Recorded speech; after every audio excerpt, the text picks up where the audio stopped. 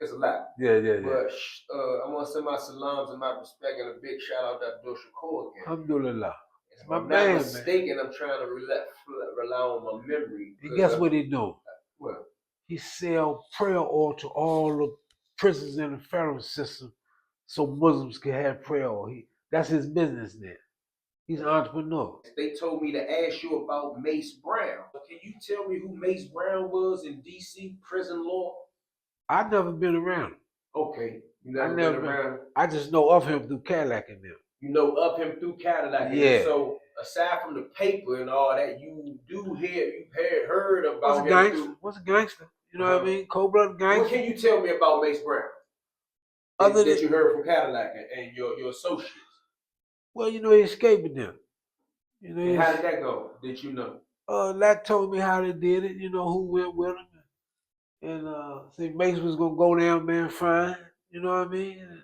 They said that Mace Brown was on death row when Cadillac and them let him go with him on his escape. Is that true? Yeah, that's true. Yeah.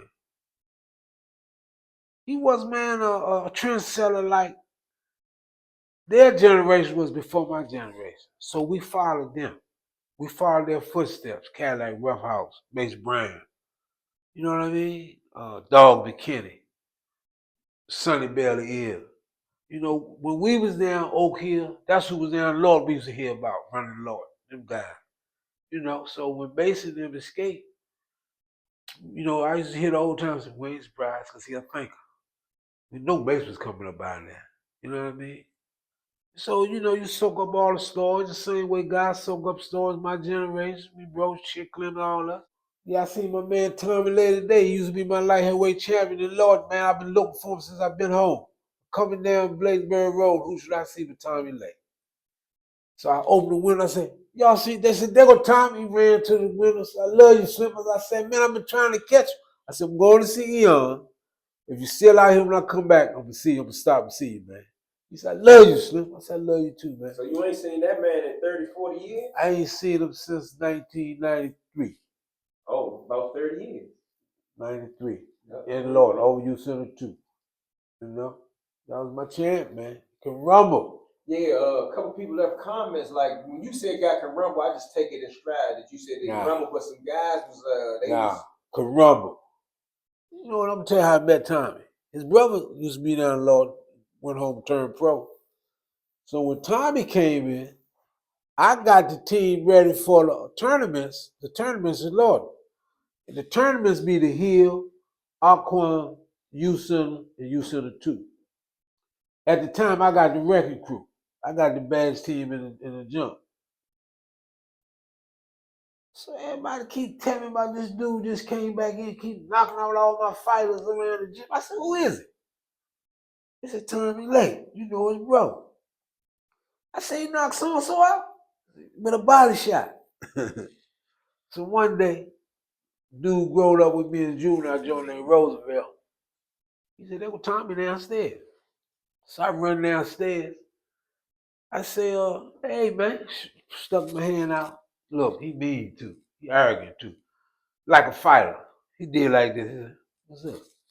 I said, don't fly. He said, no.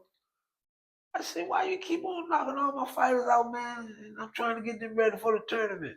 He said, man, because I need some work. I said, but you can't. Why don't you just join the team? He said, because I'm a pro. He said, I can't fight no amateurs. He said, I just go around there to get some work. I said, you looking at some work? He said, what? I said, you looking at some work. I'm a pro. He said, you want to work? I said, give me 3 days. You bigger than him or he bigger than you at this time? I'm bigger than him. I'm about 185. He about 175. I might be 190, but I'm in shape. But everybody been telling him all the time, man, you got to work fly. So he say, I be trying to get me some work, man. I need some work. I said, you looking at some work. So we set a date. That's the talk of the compound. Fly you sent it too? Yeah, you sent it too. They said, Fly will work Tommy Lay. Man, everybody, people don't even come to the gym around there. I like to smoke a joint before I put the gloves on because I'm lightheaded. I see things. So I go smoke me a big joint. I'm in shape, man. Because I work everybody on the team.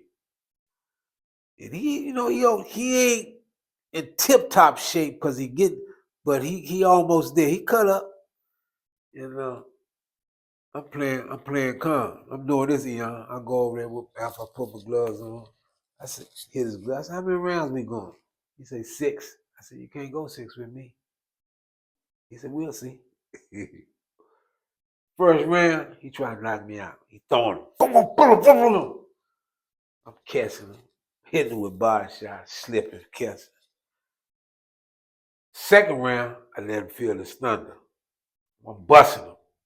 He went back to his corner and said, this motherfucker can hit. They said, we told you, don't try to mix it up with him, Tom. He too slick. He an old pro, Tom. The third round, I said, you need to try to learn something because you can't whip me, Tom. Hey, y'all. Man, the gym was hard and screamed and clapped. So he go 3. Took him off. I said, I told you couldn't go 6. You know what I mean? So look, he fell in love with me, man, because he seen that he can really learn something. Because people have been telling me, say, you got to work fly, man. You know what I mean? So after the first day, came in the gym every day. I said, you the captain of the team, man. You know what I mean? So I made him the captain. And I used to take him over in the corner, teach him a little stuff. He loved the game. Won every fight in the tournament. Ain't lose nothing. All knockouts. You know what I mean? And I love him, man. You know what I mean? Like my little brother, man. I just seen him. I was so happy to see him today, man. He can rumble. You know what he fight like? Tommy Hearns. I named him the machine. He built like that too? Yeah, tall, slim, long arms. So I'm sitting there thinking, I always think like this, right? You'll walk up on him and sleep on him right now. Yeah. Tommy gonna put you to sleep. He gonna put you to sleep. On Thanksgiving morning, I was awakened by a call from the former middleweight champion of the world, Keith Holmes, who I love, love his brother, Dion, who used to be my man-in-law. And Keith said, man, I just watched the interview, man, of you on the jump. And you talking about Slim and Tony Fortune. He said, man, he said, Slim, I love you, man. I respect you. You know, my brother love you. He said, but it ain't happened like you said on the jump. I said, what? He said, the jump you said was Slim, caught Tony and convinced him to put it, he said, it ain't happened like that. He said, I was there. I said, man, listen, I ain't trying to start no controversy. I was just talking about Slim, man, the stories he used to give me, man, and while I was talking, it just came out. I said, wherever it happened like that, I don't know. He said, Slim, I was there. I'm telling you, it happened like that. I said, well, man, for the record, if you want me to, next time I do a jump, man, I'll put it out there. You called me, you said it happened like that. But I'm in Lorton at the time. I know something happened because I remember that was the talk of the time. Slim had his thing with, Tony. So, in all honesty, after my phone call with Keith, I called some Slim people. I said, man, I just got a call, man. Say it was the other way around. Tony, I said, Slim, use your head. You think if he was pro Slim and the John put his fingers, face, called his name, Slim would have let that go overnight? I said, man, I just can't. I said, look, that was his version. I know what Slim told me, but I don't want. I said, I remember Keith, Tony, and Pee Wee, they little crew they had, you know what I mean? I said, but at the same time, I'm just talking, because I love Tony too. I remember Tony was a juvenile range around me and Eddie Mathis. Asked me, all that chick was up to jail in 82. Him, Buddy Love, Shorty Erskine. So, because Buddy used to always get the police let me out of the scene. I said, man, my uncle over there, I need some magazines, some food. Tony was up there, little Erskine there. When he first come to Lorton, Peachtree got him. He loved Peachtree. Used to walk like Tree. Tree got him, and me and Bros got Black, Robert Mercer. Robert Mercer always wanted to fight Tony. Tony wanted to fight him. Did they fight? Nah, they couldn't. They never fought.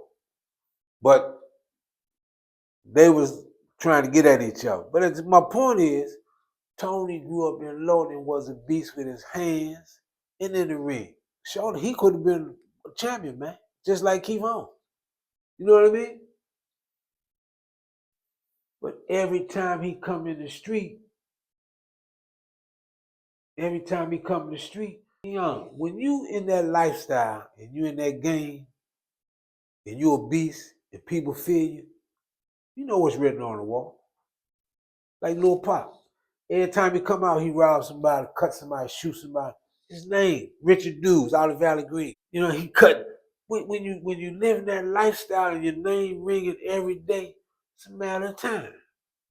You know, and before that happened to him, my people got word to me say, tell your woman, your niece, to stay away from him because she was hanging out with him and his man. And I called, I said, hey, don't go marrying him no more this week because something direct jump.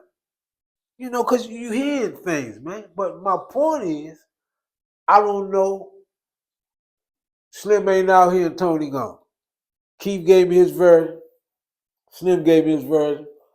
I hope it's going to die right there because I don't want his people and Keith and his people to say, man, you know what I mean? You got to straighten something. I wouldn't have never said nothing if I know it's going to come to this, but, you know, we got to kill that right there. You know, there's two versions, man. You know what I mean? You know, Keith defending this man, you know what I mean? And I called Slim people, they said, Slim, use your head, man. So we will let that die right there. But he said, man, that's my man. I know Keith and them had a vicious crew from Paradise. You know, and I love Tony, man. Was a beast in the Lord. I loved him. You know, he loved me. But man, that's how it go, man.